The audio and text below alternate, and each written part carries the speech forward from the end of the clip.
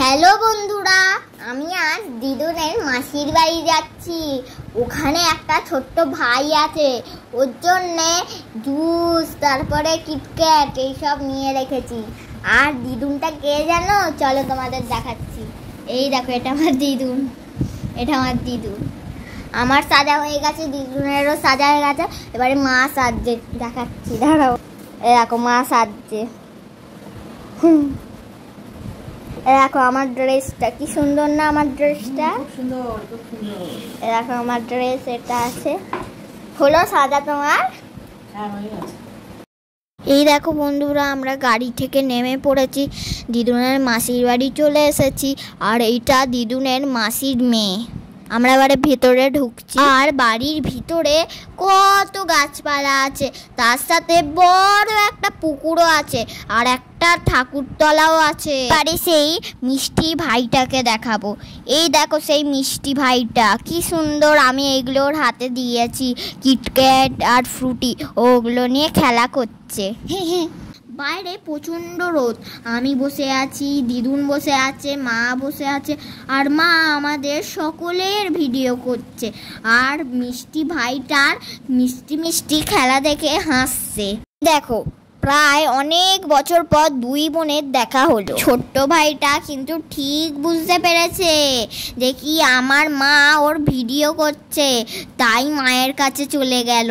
মায়ের একটা ফোন চলে এসেছিল, আর ভাইটার নজর ছিল মায়ের ফোনের ক্যামেরার দিকেই। ও খালি হাত বাড়াচ্ছিল ক্যামেরাটাকে বন্ধ করে দেওয়ার জন্য। এইটা ভাবছে কটা ফোন রে বাবা, যেই ফোন দিয়ে ভিডিও হচ্ছে সেই ফোনটার দিকে একবার দেখছে, আর মা যেই ফোনে কথা বলছে সেই ফোনটার দিকে একবার দেখছে। এইবারে যেই ফোন থেকে মা ভিডিওটা করছে সেই ফোনটা নেওয়ার জন্য ভাইটা কত রকমের কায়দা করবে, তোমরা একবার শুধু দেখো।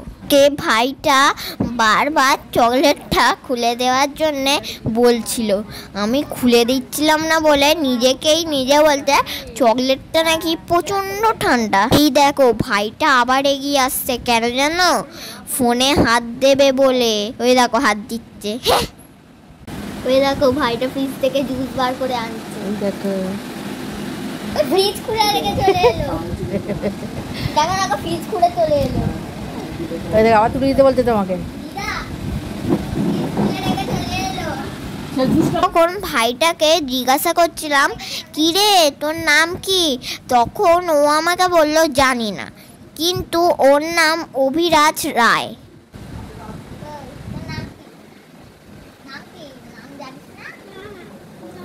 নামও জানে না। আমাদের দুপুরের ভাত খাওয়া হয়ে গেছিল, তার ভিডিও আর দিতে পারলাম না, কিন্তু দিদাটা অনেক কিছু রান্না করেছিল। আমি তোকে হাঁপিয়েই গেছিলাম। এই দেখো, এইটা হলো এই দিদাটার ঠাকুর ঘর।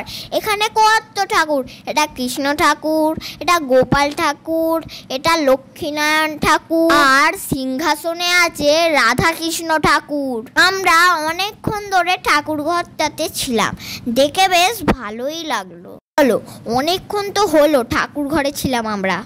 এইবারে আমরা দিদুনের মাসির বাড়ি যাব। সামনেই একটা টেপা কল ছিল, টিপে দেখলাম জল পড়ে কিনা, কিন্তু জলই তো আসে। চলো চারপাশটা দেখাতে দেখাতে দিদুনের মাসির বাড়ি যাওয়া যাক। দেখো কত সবুজ সবুজ গাছপালা, এই সেই পুকুর, আর এইটা হলো ঠাকুরতলা। তোমরা তো দেখতেই পাচ্ছ আমি এখানে বসে আছি, এখানে মা দিদুন বসে আছে।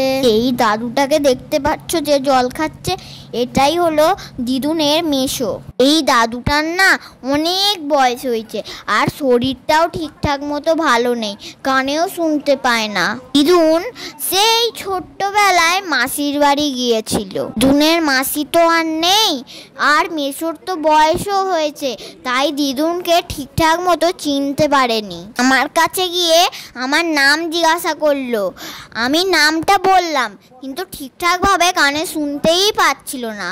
শাড়ি পরা যেই দুজনকে দেখতে পাচ্ছ, তা আমার সম্পর্কে দিদা হয়, তার মানে এরা হলো দিদুনের মাসতুতো বোন। ও বুঝতেই তো পারছো, অনেক বছর পর দেখা হলো, কত গল্প হলো, বেশ ভালোই মজা হয়েছিল আমাদের।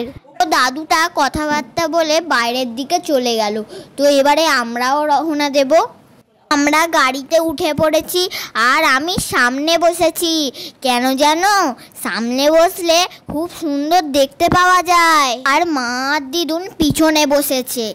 আর মা তো ভিডিও করতে করতে যাচ্ছে। আপাতত এই পুরো ভিডিওটার ভয়েস আমিই দিলাম। বন্ধুরা, যেতে যেতেই তোমাদের সাথে একটা দারুণ জিনিস শেয়ার করব। বন্ধুরা, তোমাদেরকে আর সাসপেন্সে রাখবো না, চলো দেখাই। তোমাদেরকে যেই জিনিসটা দেখাবো বলেছিলাম সেইটা হলো এই জায়গাটা। কি সুন্দর না দেখতে? এই মন্দিরটা পুরীর জগন্নাথ মন্দিরের আদলে তৈরি করা হয়েছে। বন্ধুরা, আমার ভয়েসের এই ভিডিওটা তোমাদের কেমন লেগেছে জন্যে তোমাদের সকলকে লাইক, কমেন্ট, শেয়ার তিনটেই কিন্তু করে দিতে হবে। তাহলে আমি বুঝবো আমার ভিডিওটা তোমাদের সকলের ভালো লেগেছে। টাটা বন্ধুরা।